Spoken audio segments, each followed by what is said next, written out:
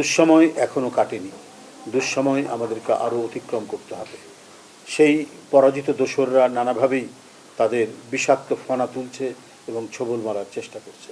তো সেই ক্ষেত্রে আমি আপনাদের মাধ্যমে শুধু এইটুকুই বলবো যে অন্তর্বর্তীকালীন সরকার তার আরও দায়িত্ব নিয়ে এই শহীদ পরিবারগুলোকে তাদেরকে পুনর্বাসন করা দরকার ছিল এবং তারা যাতে এবং তার পরিবার যাতে কোনোভাবেই মানুষের কাছে হাত পাততে না হয়, কোনোভাবেই যেন তারা একেবারেই মাটির সাথে মিশে যেতে না পারে, বরং তারা স্বাভাবিক সুস্থ এবং সুষ্ঠু জীবনযাপন করতে পারে, বাচ্চা ছেলেটির যাতে সর্বোচ্চ শিক্ষা সে গ্রহণ করতে পারে, সেইটাও রাষ্ট্রের দায়িত্ব, সেটাও এই সরকার সেটিকে দেখাশোনা করার রাষ্ট্রের পক্ষ থেকে মূল দায়িত্ব তার।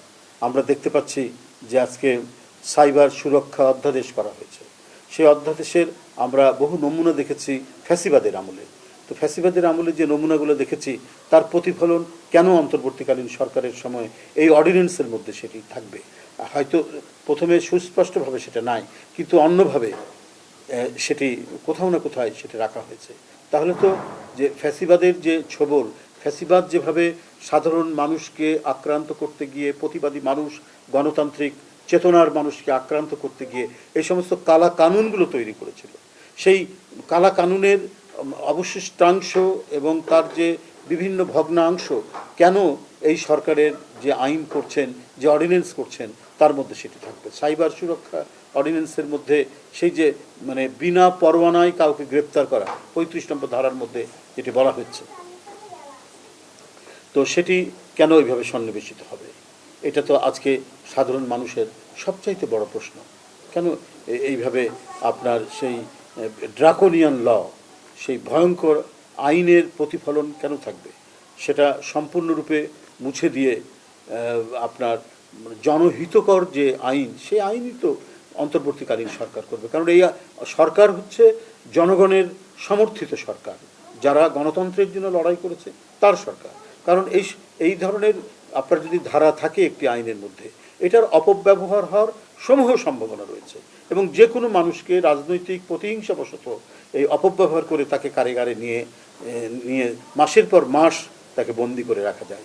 আমরা হাসিনার আমলে দেখেছি বিভিন্ন যে কালাকানুনগুলো যেগুলো ছিল, ডিজিটাল নিরাপত্তা আইন, তারপরে সাইবার আইন টাইন যেগুলো করেছে, এখানে কত সাংবাদিক, কত গণমাধ্যমের কর্মী, কত ফ্রি থিঙ্কার যারা ফেসবুকে লেখে তাদের কি বলে তাদেরকে ধরে নিয়ে গিয়ে বন্দি করে রাখা হয়েছে।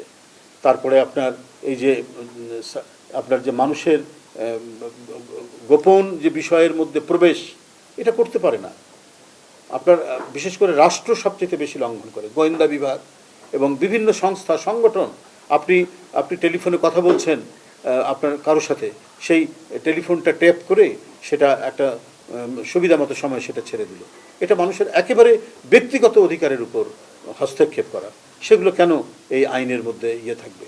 যদিও এটার কিছু কিছু শাস্তির বিধান করা হয়েছে, কিন্তু এটা সম্পূর্ণরূপে যারা করবে, যারা এই ধরনের ব্যবস্থা নিবে বা এই ধরনের আড়ি পাতবে, তাদের চূড়ান্ত শাস্তির ব্যবস্থা থাকতে হবে।